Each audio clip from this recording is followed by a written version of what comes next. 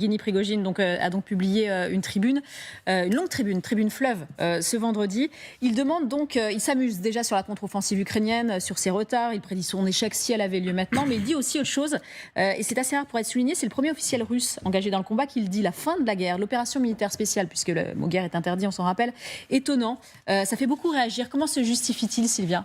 Oui, effectivement, c'est une annonce qui a surpris vendredi soir et qui continue encore d'être décortiquée ce lundi. Le message publié sur Telegram fait plusieurs pages. Prigojine est favorable à la fin de l'opération spéciale en Ukraine. C'est même pour lui le scénario idéal. Le patron de Wagner qui dit plusieurs choses dans cette déclaration qu'on peut résumer finalement en 3 points. La Russie a atteint les objectifs fixés, les forces ukrainiennes sont anéanties et il faut éviter une révolte populaire en Russie. Alors sur les objectifs, voici ce qu'il dit. Le scénario idéal est d'annoncer la fin de l'opération militaire spéciale, d'informer tout le monde que la Russie a obtenu les résultats qu'elle avait prévus et en un sens, nous les avons effectivement atteints. Alors en réalité, l'armée russe n'a pas conquis l'entièreté des oblasts qu'elle a annexés en septembre, mais dit-il, la Russie a coupé la mer d'Azov et une grande partie de la mer Noire. Elle s'est emparée d'un gros morceau de territoire ukrainien et elle a créé un couloir terrestre vers la Crimée. Maintenant, la Russie, dit-il, finalement, n'a plus qu'une chose à faire, c'est s'implanter solidement et s'agripper à ces territoires qui existent déjà, comprenez donc, sans accord politique, en restant sur les acquis territoriaux tels qu'ils existent aujourd'hui, en les défendant comme à Bakhmout, par exemple. Ensuite, en ce qui concerne les forces adverses, l'armée russe a détruit une large partie de la population masculine ukrainienne et intimidé une autre partie qui a fui en Europe, même si on n'a aucun chiffre sur ces hommes en âge de combattre qui ont fui l'Ukraine. On sait que ça existe aussi en Russie avec des centaines de milliers de personnes qui ont fui en septembre après la mobilisation. Et il évoque aussi de possibles problèmes internes. Là, il faisait allusion en Russie.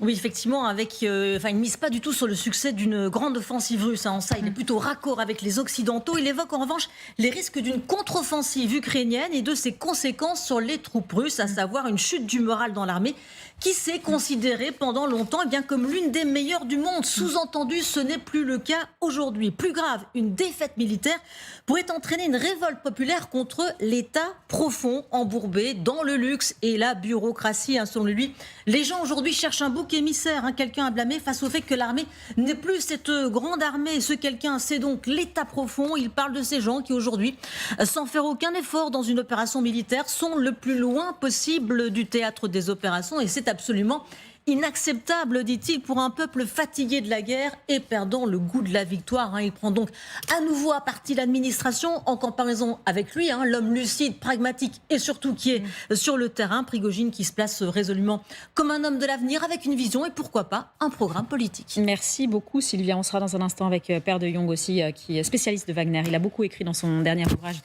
sur cette milice privée. Colonel Perruche, vous pensez qu'il dit ce que Poutine lui demanderait de dire ? Moi, je pense que, comme je vous le disais précédemment, je pense que le destin de ces deux hommes et les deux destins plutôt sont liés.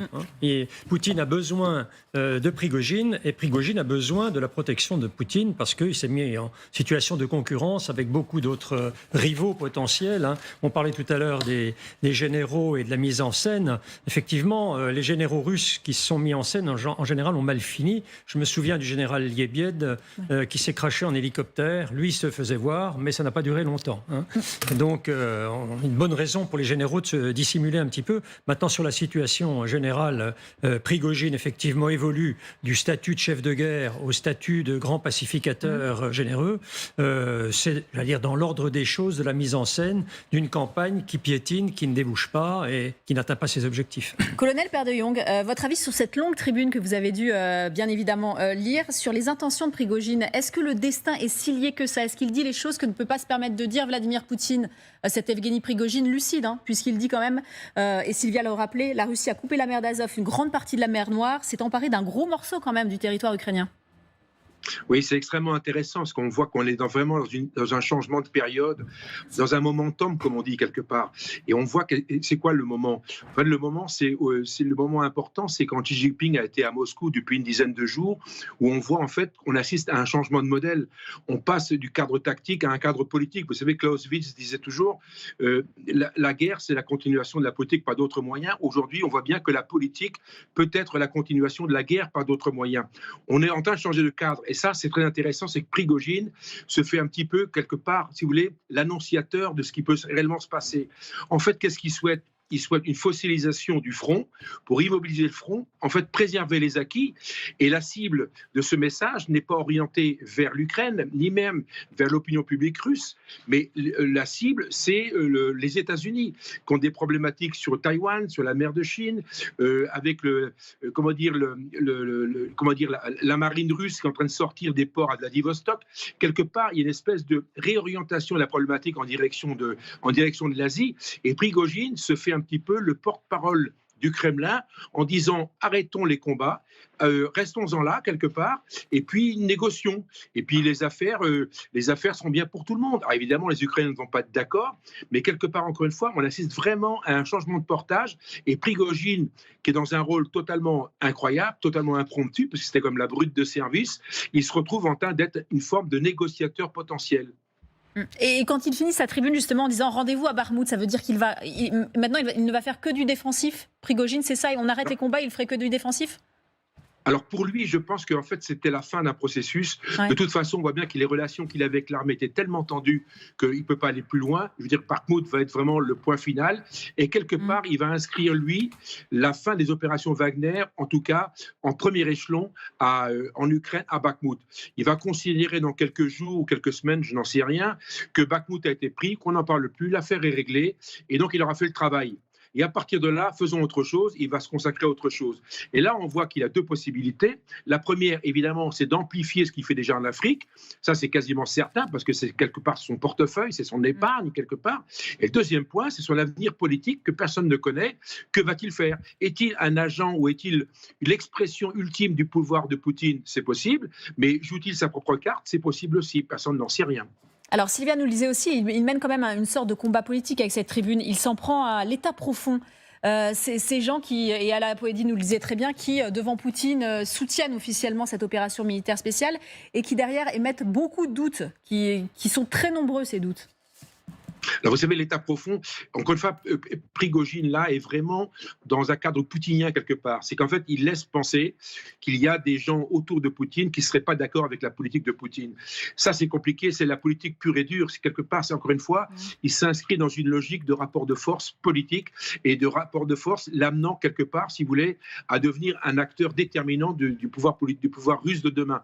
Encore une fois, c'est un peu compliqué parce que vous savez, l'État profond, c'est une phrase, c'est un mot utilisé qui est pour pas représenter ce que ça représente comme menace.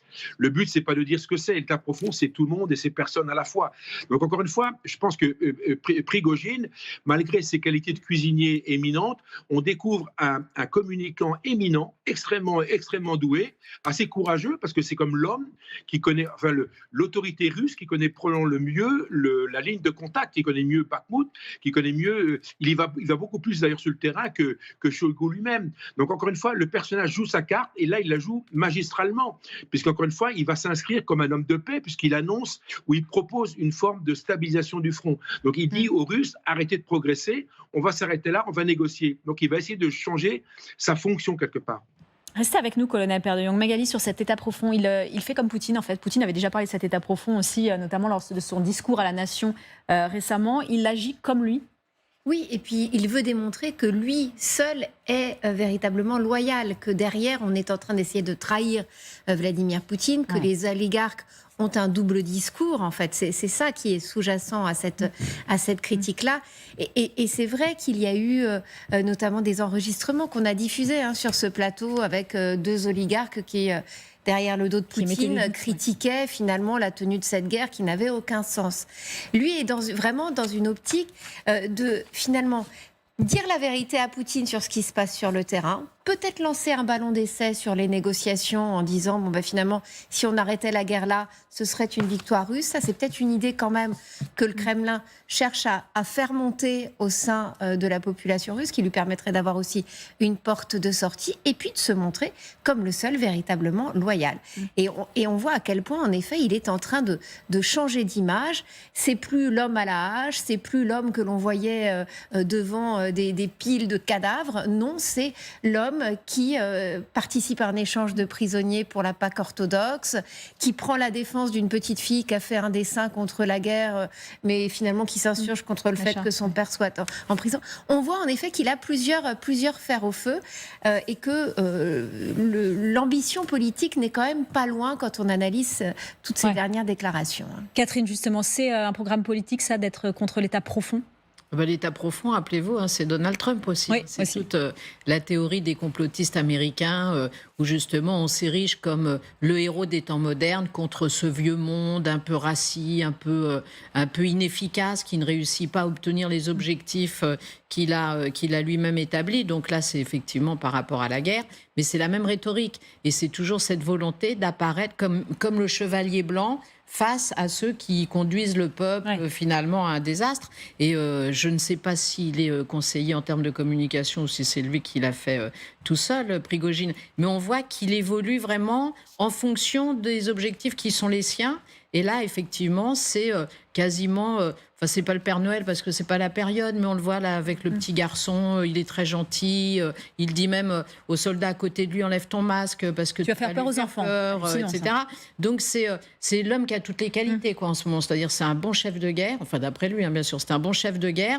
Et en même temps, il n'est pas finalement, contrairement à ce qu'on pensait, sanguinaire. Il est capable de s'adresser aux populations et puis effectivement à parler de la fin des combats. Donc il est en cohérence avec l'image qu'il veut donner. Thomas. Moi, j'ai beaucoup aimé l'expression de ballon d'essai de Magali tout à l'heure, parce qu'en fait, je pense que s'il y a quelque chose à sortir de cette séquence de Prigojine, c'est plutôt ça. L'État profond en Russie, c'est l'État tout court. Donc, compte tenu de la place des services de renseignement, de l'armée, donc s'en prendre à l'État profond, c'est s'en prendre à toute la Russie. Tout ce qui tient le pouvoir en Russie, je pense que c'est pas ça là, ce qui est le plus intéressant. C'est plutôt ce côté tester l'idée qu'on pourrait s'en arrêter là. Oui. Que ça y est, la Russie a atteint des objectifs et qu'il est temps, aux yeux des intérêts russes, d'entrer dans une phase de négociation. Et comme il y a cette petite musique qui est aussi dans la tête des Occidentaux, en fait, on est tous là à plateau à commenter l'idée que peut-être ça serait pertinent que désormais, puisque Prigojine le propose, etc., on entre dans une nouvelle séquence. Une séquence qui serait cohérente avec le fait que les Ukrainiens n'ont vraisemblablement pas, d'après les fuites qu'on entend, tous les équipements nécessaires pour conduire une contre-offensive qui changerait la donne.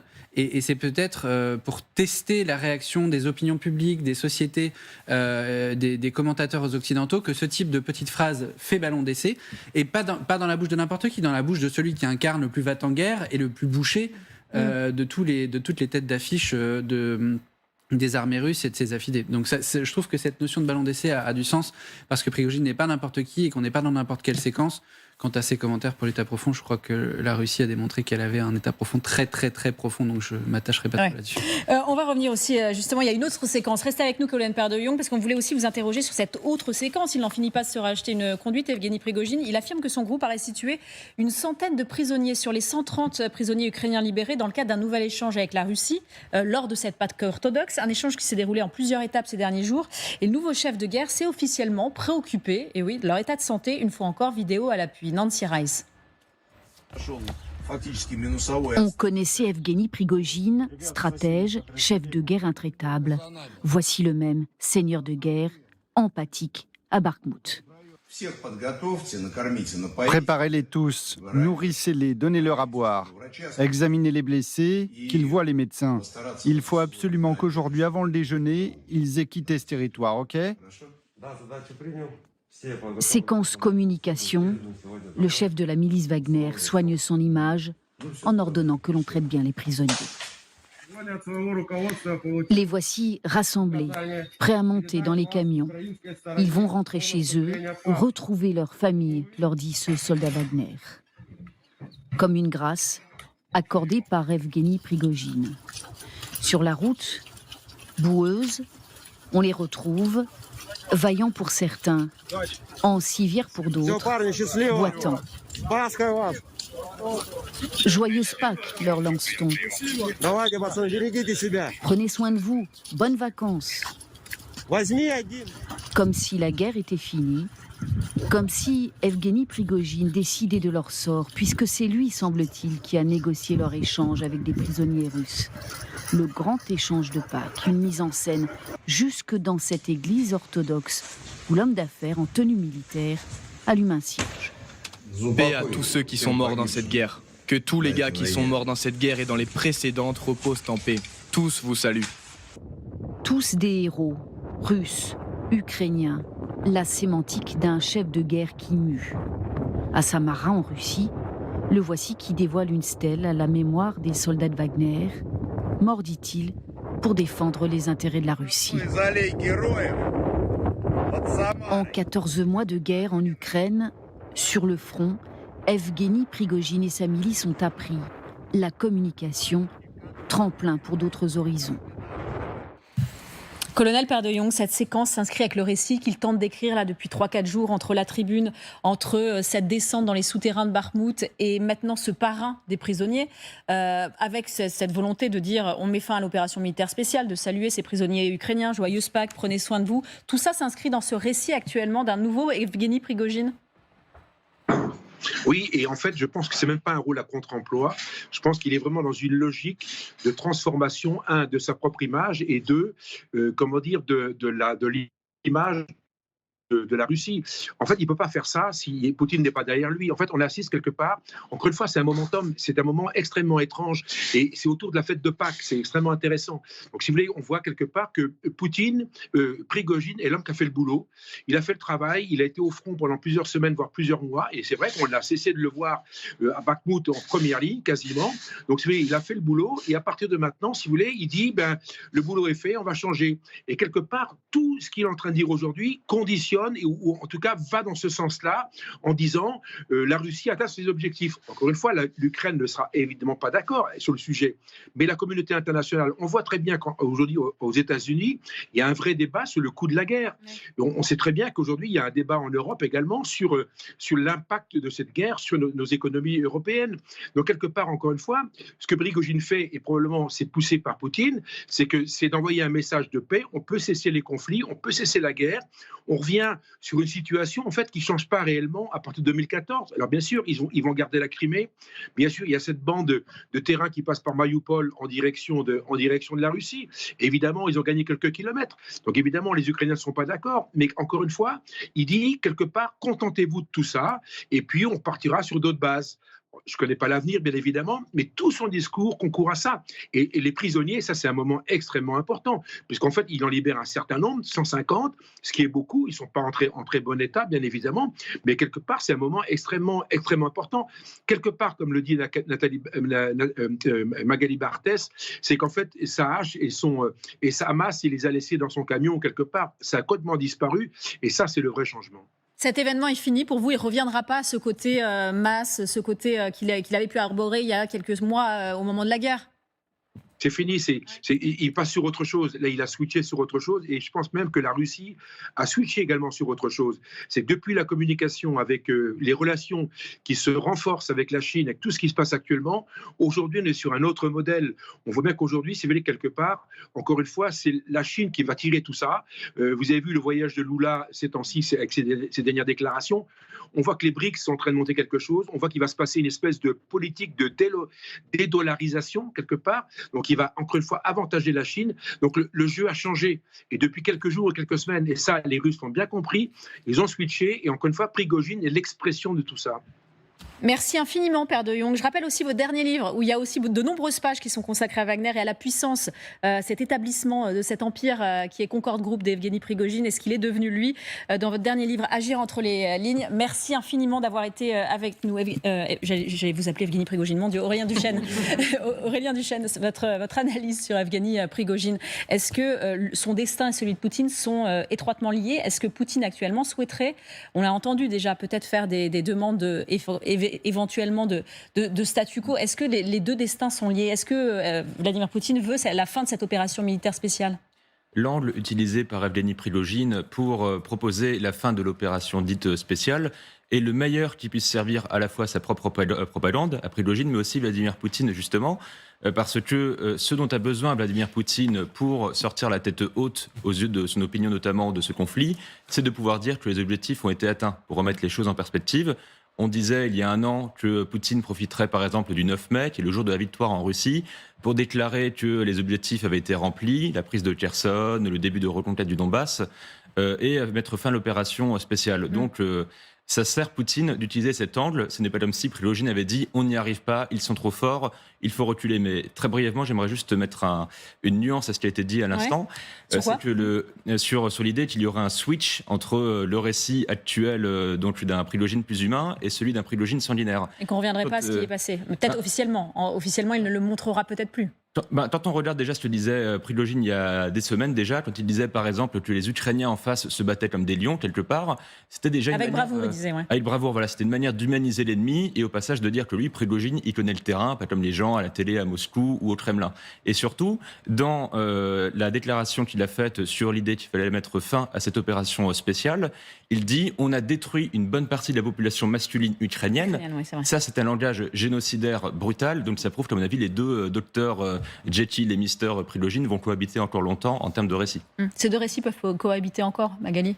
Et il est vrai qu'en plus, dans cette tribune, en tendant la main finalement à des négociations de paix, en fait, il y a une inversion permanente d'ailleurs de qui est l'agresseur, qui est l'agressé. C'est-à-dire que tout à coup, il donne l'impression que ce sont les Ukrainiens qui sont les jusque-boutistes, qui sont les va-t-en-guerre, et que finalement, aujourd'hui, la Russie serait complètement d'accord pour juste garder ce qu'elle a conquis depuis un an, mais qui, à ses yeux, évidemment, est parfaitement légitime. Mais de s'arrêter là, finalement, ça permet, par rapport aussi à tous ces pays du Sud, dont on parle énormément, à la Chine, au Brésil, qui ne cessent d'accuser finalement les Occidentaux d'alimenter cette guerre. Là, on a un clan russe qui montre qu'il tend la main et que lui serait prêt à négocier. Ça permet aussi, je trouve, sur la scène internationale, d'adoucir là aussi l'image de la Russie, tout comme Prigojine est en train de le faire pour lui-même.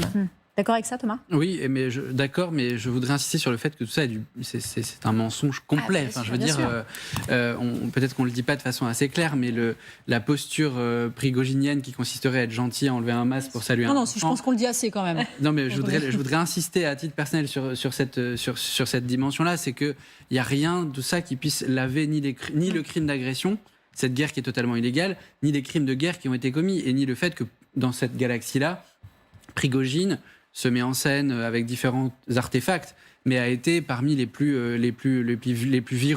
virulents sur le plan de la rhétorique et les plus violents sur le plan tactique. Et je pense que c'est très très important de toujours bien replacer ce personnage qui il est. Il sait parfaitement jouer des codes de la communication. Alors nous, ici, sur cette chaîne qui documente beaucoup le conflit, on fait peut-être attention à qui il dégage, aux images qu'il dégage, mais c'est vrai que dans les pays que Magali mentionnait à l'instant, ce côté, on va appolir, on va redorer le blason de Prigojine en le montrant plus humain, etc. Ce sont des images qui peuvent faire mouche parce que là-bas, il y a peut-être une exigence moins importante sur le rappel des faits, d'une part, et puis sur l'exigence en termes des fondamentaux du droit international sur lesquels la Russie et Prigojine, dans le sillon de la Russie, se sont complètement... ont complètement dépassé les bornes. Ouais. Catherine. Mais oui, effectivement, il y a deux lectures entre le Sud global et puis l'Occident sur les raisons de cette guerre. Lula l'a encore dit en Chine. On va y venir. Que c'était les Américains qui, en fait, mettaient de l'huile sur le feu. Mais on voit quand même que les Russes... Ils doivent cesser d'encourager la guerre et parler de paix, les Américains. C'est ce qu'ils disaient à deux reprises. Mais on voit quand même que les Russes, ils ont toujours deux fers au feu. C'est-à-dire que là, il y a Prigojine qui change d'image et qui parle éventuellement de la fin du conflit. Mais il faut quand même se souvenir qu'il y a quelques jours, des décisions ont été prises pour pouvoir engager plus facilement des jeunes sous les drapeaux, quand même. Souvenez-vous. Maintenant, il suffit qu'un mail ait été envoyé. Un mail est envoyé et là, on peut vous poursuivre pour ne pas avoir répondu. Exactement. Vous n'avez plus le droit de quitter le pays à partir du moment où on vous a... Plus de prêt immobilier non plus. Le mail a été envoyé, plus de prêt immobilier, plus de permis de conduire. Enfin, la vie deviendrait quasiment impossible si effectivement les jeunes en question ne se soumettent pas à cet appel. Donc on voit que d'un côté, la Russie quand même continue à expliquer qu'elle est capable d'aller plus loin dans le conflit et qu'elle ira jusqu'au point auquel elle veut arriver. Alors, est-ce que ce sont toujours les frontières administratives du Donbass, etc. Ce qu'avait dit à un moment Vladimir Poutine. Oui, il avait dit le Donbass entier jusqu'à fin mars. On n'y est pas encore. Hein. Voilà, exactement. Donc, d'un côté, la Russie essaie de prouver qu'elle est capable d'aller encore plus loin. Et dans le même temps, effectivement, il y a Prigojine qui sert d'alibi, entre guillemets, en disant « mais après tout, on pourrait peut-être s'entendre, peut-être pourrait-on mettre un terme à ce conflit ». Donc, on voit que les Russes gardent les deux options ouvertes, mais qu'effectivement, ça évolue aussi peut-être en fonction de ce rapprochement de plus en plus étroit avec la Chine et le Brésil qui sont venus vraiment à l'appui de la Russie ces derniers jours. Et puis il y a quand même une certitude du côté de Prigojine maintenant, après 9 mois de bataille infructueuse à Bakhmout, finalement, quand même, ça a été extrêmement difficile, que les Russes ne pourront pas aller plus loin. Donc ça, on n'y arrivera pas. Donc finalement, il y a un constat d'échec aussi. Sauf si justement, ils font appel à beaucoup plus de combattants. Oui, mais il y a quand même avec des combattants, on voit bien que c'est difficile pour eux. Ils avaient fait la première mobilisation à l'automne. On voit bien qu'ils n'ont pas réussi. Ils ont réussi à combler les trous le long de la ligne de front pour empêcher les Ukrainiens d'avancer, mais leur offensive de début de l'année s'est révélée être un échec, en fait. Hein. Donc aujourd'hui, finalement, Prigojine, on a l'impression qu'il prend acte de la réalité des faits. Les Russes ont quand même beaucoup de mal à aller plus loin. Ils ont tout intérêt à s'enterrer maintenant et à attendre les autres. Prigojine